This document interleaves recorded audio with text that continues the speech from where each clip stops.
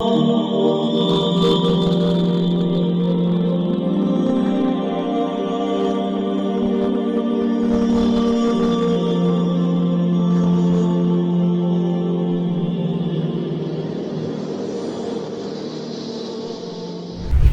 alaikum wa rahmatullahi wa barakatuh. Welcome to the online Arabic classes offered by Bayt al-Hikmah in Deoband. This is your brother Mufti Anwar Khan al-Qasmi, the managing director of the institute and the lead teacher in it. We are on page number 27 of Al-Qira'atul al-Wadihah, al-Juz'ul Awwal, volume number 1, part 1.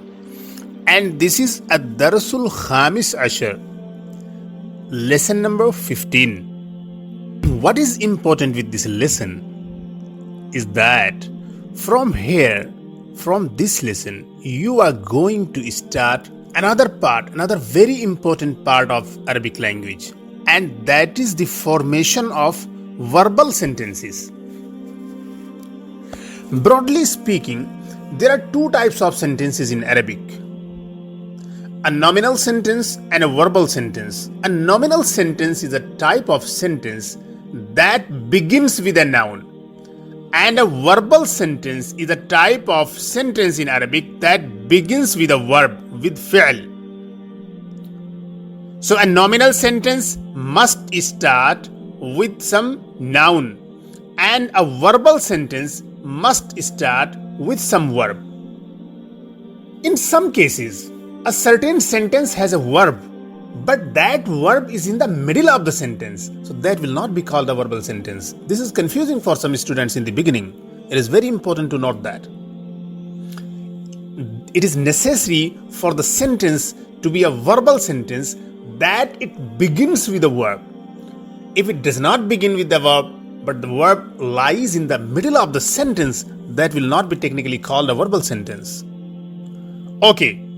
So the verbal sentences are very important, like the normal sentences. So Alhamdulillah, we had 14 lessons on the nominal sentences. All of them, they were Mubtada and Khabar sentence.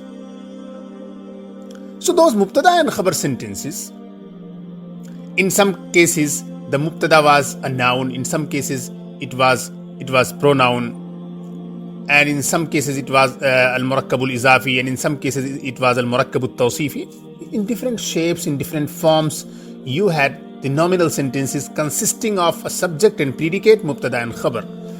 Now we are starting a wonderful part of the Arabic language, and that is the formation, structuring, the construction of the verbal sentences.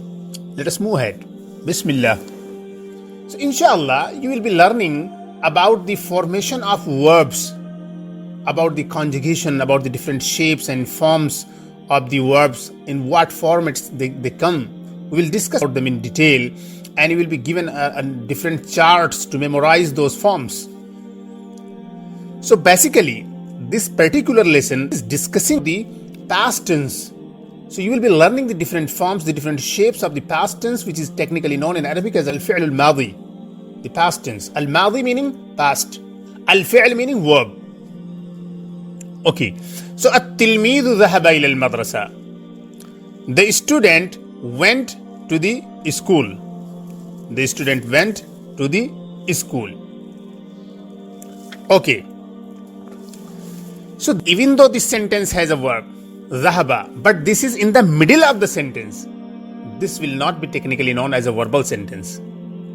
Though it has a verb, and you should know what a verb is, and you should know the form, the shape, and the meaning, but technically this does not fall under the category of a verbal sentence. That is what I want to explain.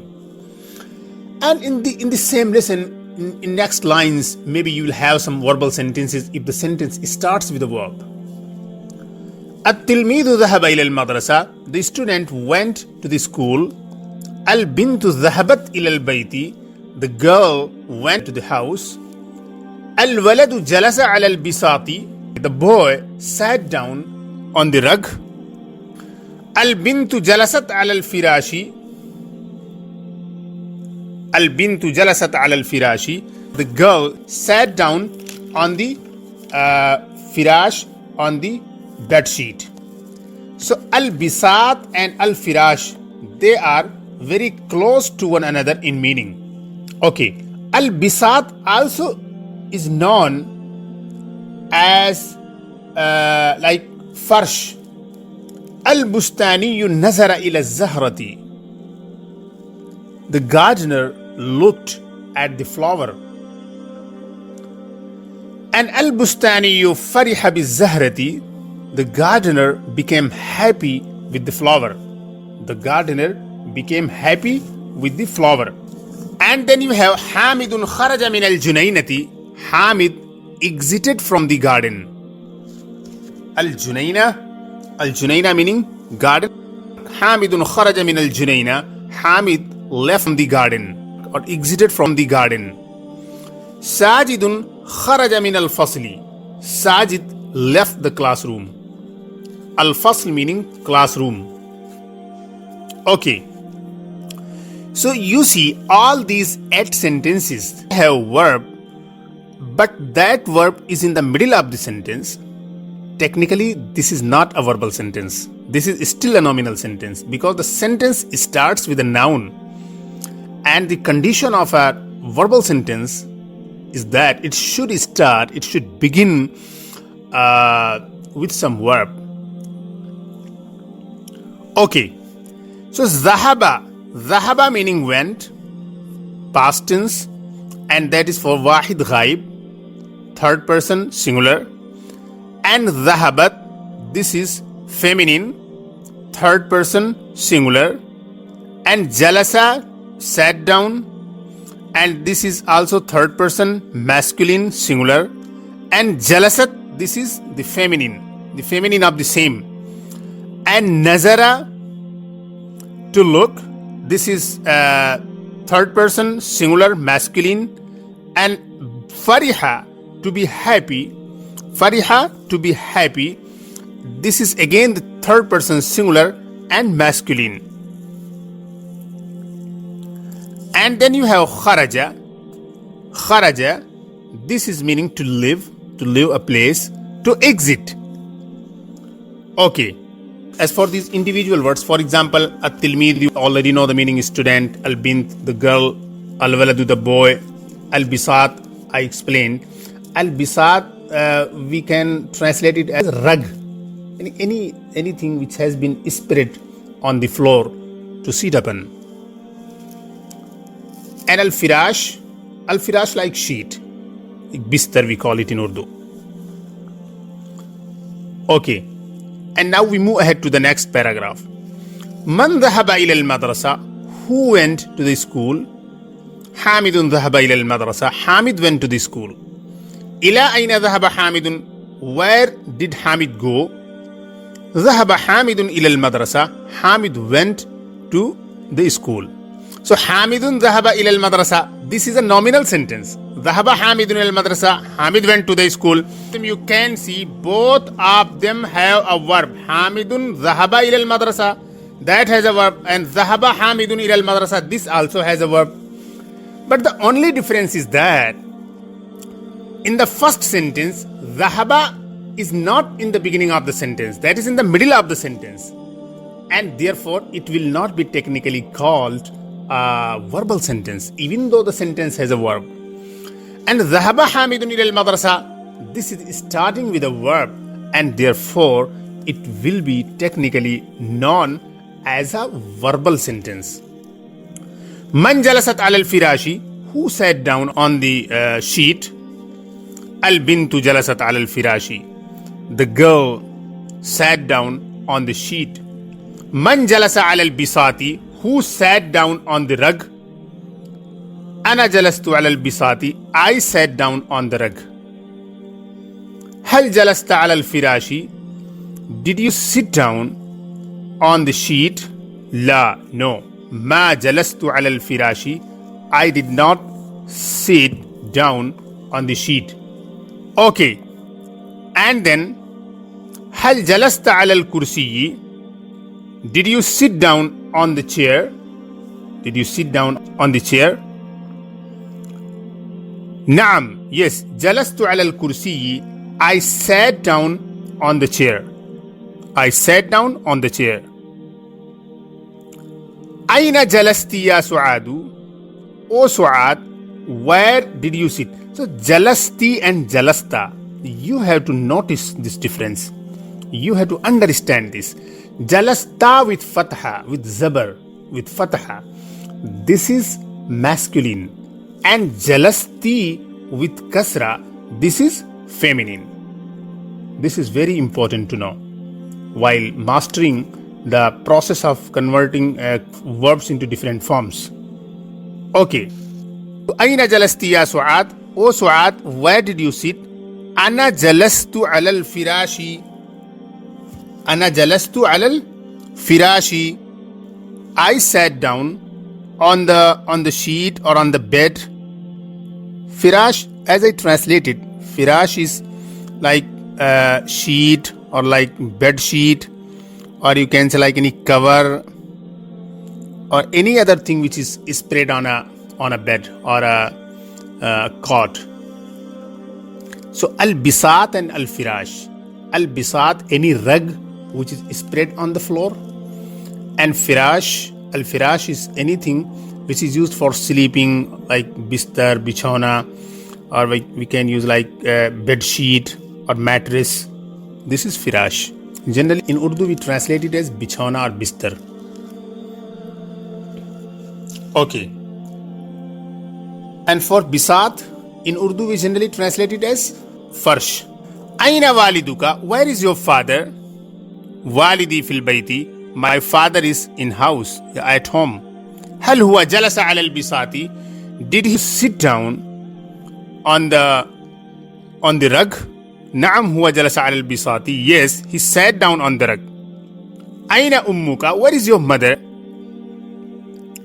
Ummi fil bayti. My mother is at home. Aina jalasat hiya? Where did she sit down? Where did she sit down? Jalasat.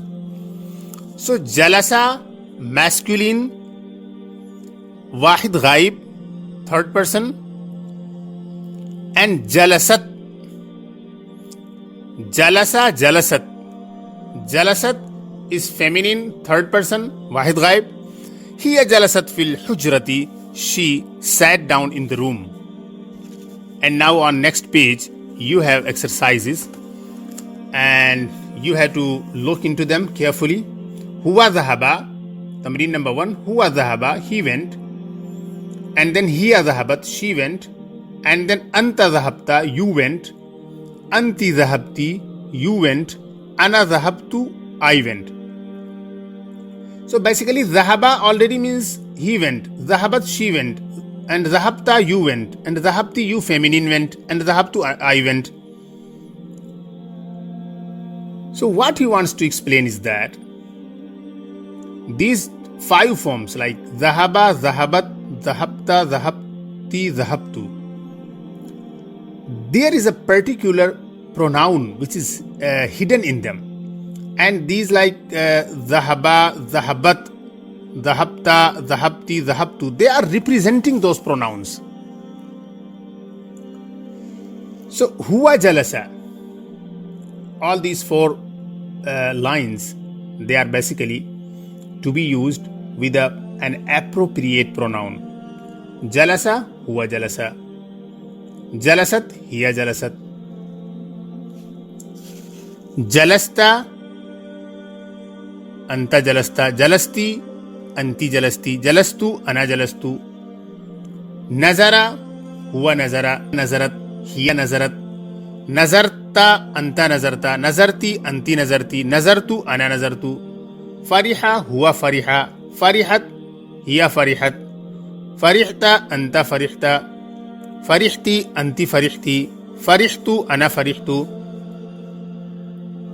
Kharaja, huwa kharaja. Kharajat, hiya kharajat. Kharajta, anta kharajta. Kharajti, anti kharajti. Kharajtu, ana kharajtu.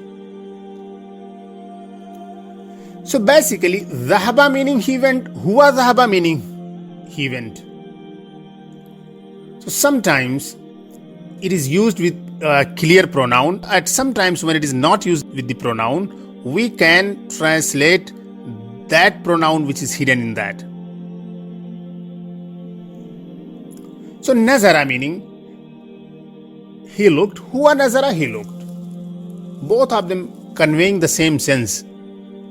In some cases, the pronoun separately is used, and in some other cases, the pronoun is not used.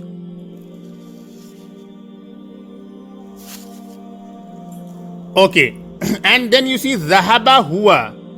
Dhahaba huwa, huwa dhahaba. Kharaja huwa kharaja. Nazara huwa nazara. And jalasa huwa jalasa. And fariha huwa fariha. Okay. So what he did with Zahaba is that Zahaba huwa Zahaba, and then Zahabat hiya Zahabat, and Zahabta anta Zahabta, Zahabti anti Zahabti, and Zahabtu ana Zahabtu. Zahabtu ana Zahabtu. This Zahabtu, which is for mutakallim, which is for first person singular, this is for masculine and feminine both. So basically in Zahaba, the pronoun huwa is already represented by that. And Zahabat, this ta with sukoon, is representing hiya. And Zahabta, this ta is representing anta. And Zahabti, this ti is representing anti. And Zahabtu, this tu is representing ana. Masculine and feminine both. ضمير الفاعل في آخر الفعل. This subject pronoun comes at the end of the verb. So you can see ذهب, ba, this is like this fataha, this is equal to huwa, and ta with sukun is equal to hiya, and ta with fataha is equal to anta, and ti is equal to anti, and tu is equal to ana. And similarly you have to do this practice using all these four verbs: kharaja, nadara, jalasa, fariha. Kharaja huwa kharaja, nazara huwa nazara, jalasa huwa jalasa, fariha huwa fariha. So you can say kharaja, kharajat, kharajta, kharajti, kharajtu. And nazara, nazarat, nazarta, nazarti, nazartu. And jalasa, jalasat, jalasta, jalasti, jalastu. And fariha, farihat, farihta, farihti, farihtu. And in all these five, as explained, as the author explained, by using the verb zahaba, huwa, hiya, anta, anti, and ana, they, by the end letters, these pronouns are represented by the verb itself. And now we move ahead to the next tamrin. Ana farihtu bi. You have to pick up the appropriate noun. Ana farihtu bizahrati. Ana farihtu bizahrati. I became happy with the flower. Anta farihta bizahrati. You became happy with the flower. Anti farihti bizahrati. You feminine became happy with the flower. Huwa fariha bizahrati. He became happy with the flower. Ana kharajtu min al-fasli. I left the classroom. Huwa kharaja min al-masjidi. He left the mosque. Anta nazarta ila az-zahrati. You looked at the flower. Hiya jalasat ala al-firashi.